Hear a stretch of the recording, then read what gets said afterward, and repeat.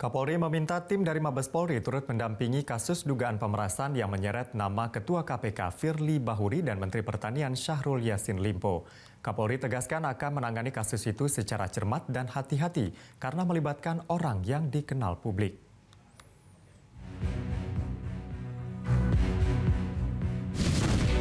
Ketua KPK Firly Bahuri dilaporkan ke Dewan Pengawas KPK usai fotonya bertemu dengan Menteri Pertanian Syahrul Yassin Limpo pada Desember 22 viral. Pertemuan ini diduga berkaitan dengan dugaan pemerasan kepada Kementan. Ketua KPK periode 2011-2015 Abraham Samad mengatakan dugaan pertemuan Firly dengan SYL tersebut merupakan pelanggaran etik berat dan foto Ketua KPK dengan SYL bisa menjadi petunjuk. Samad pun mendesak polisi untuk mengusut tuntas kasus ini. Sekarang kan sudah ditindaklanjuti oleh Polda, tinggal menurut saya pihak kepolisian harus serius nih.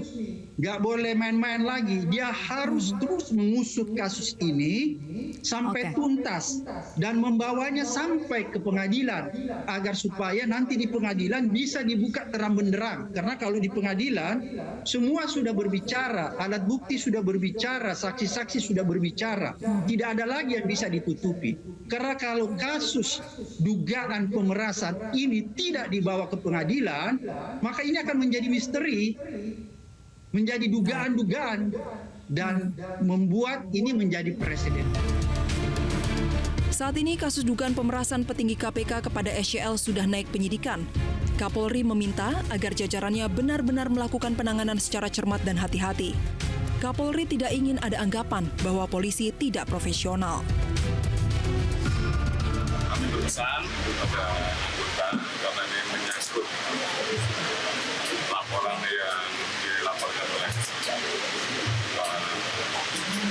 orang yang dikenal publik dan juga menyangkut lembaga yang dikenal publik, penanganannya harus cermat, harus hati-hati. Oleh karena itu saya minta tim dari Mabes untuk ikut turun mengasistensi sehingga di dalam proses penanganannya jadi cermat, karena kita tidak ingin Polri tidak profesional. Jadi jika merujuk pasal 36 Undang-Undang KPK, mantan penyidik KPK Praswat Nugraha menjelaskan siapa yang berpotensi menjadi tersangka setelah kasus dugaan pemerasan naik penyidikan. Namun perlu ada pembuktian dari kedua pihak yang bertemu, apa sebenarnya yang mereka lakukan di lapangan badminton. Pertemuannya itu, karena pasal 36 Undang-Undang KPK itu menyatakan bahwa adanya pertemuan secara langsung tidak langsung, pimpinan dengan pihak yang berperkara, maka peristiwa itu sudah ditemukan, itu adalah fakta.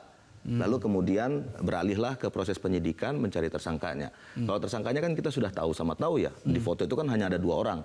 Siapa dari kedua orang itu yang orang KPK? Karena pasal 36 itu diperuntukkan untuk orang KPK, Mas Reno. Oke, karena di Undang-Undang untuk KPK pimpinan KPK dan pegawai KPK, bukan untuk masyarakat umum, pasal 36. Gitu loh. Dan di foto itu ada siapa orang KPK-nya? Oke. Kan cuma satu orang KPK di foto itu. Karena tidak berani sebut namanya. Memang kontroversinya Pak Firly ini memang bukan hal yang baru, Mas Reno. Nah, tapi pertanyaan kami adalah, termasuk pertanyaan teman-teman yang masih ada di KPK sampai hari ini, itu satu, mengapa kok sebegini banyaknya kontroversi, sebegini banyaknya dugaan pelanggaran, baik dari Dewas maupun dari siapapun itulah yang bisa melakukan penegakan hukum terhadap Pak Firly Bahuri, itu sampai saat ini tidak dilakukan penegakan hukum yang tegak lurus. Sebenarnya antara KPK dan Kementan sudah ada kerjasama anti korupsi. Tapi sekira Juni 2022, Firly diduga bertemu dengan Menteri SYL untuk menyampaikan sejumlah perkara di Kementan. Dan saat itu muncul dugaan adanya permintaan dana kepada Kementan. Permintaan dana itu diduga baru bisa terpenuhi pada Desember 2022. Uang senilai 1 miliar rupiah dalam bentuk dolar Singapura diserahkan di sebuah gor di Jakarta Barat. Tapi Firly membantah semua tuduhan ini. Tim Liputan Metro TV. Jelajahi cara baru mendapatkan informasi. Download Metro TV Extend sekarang.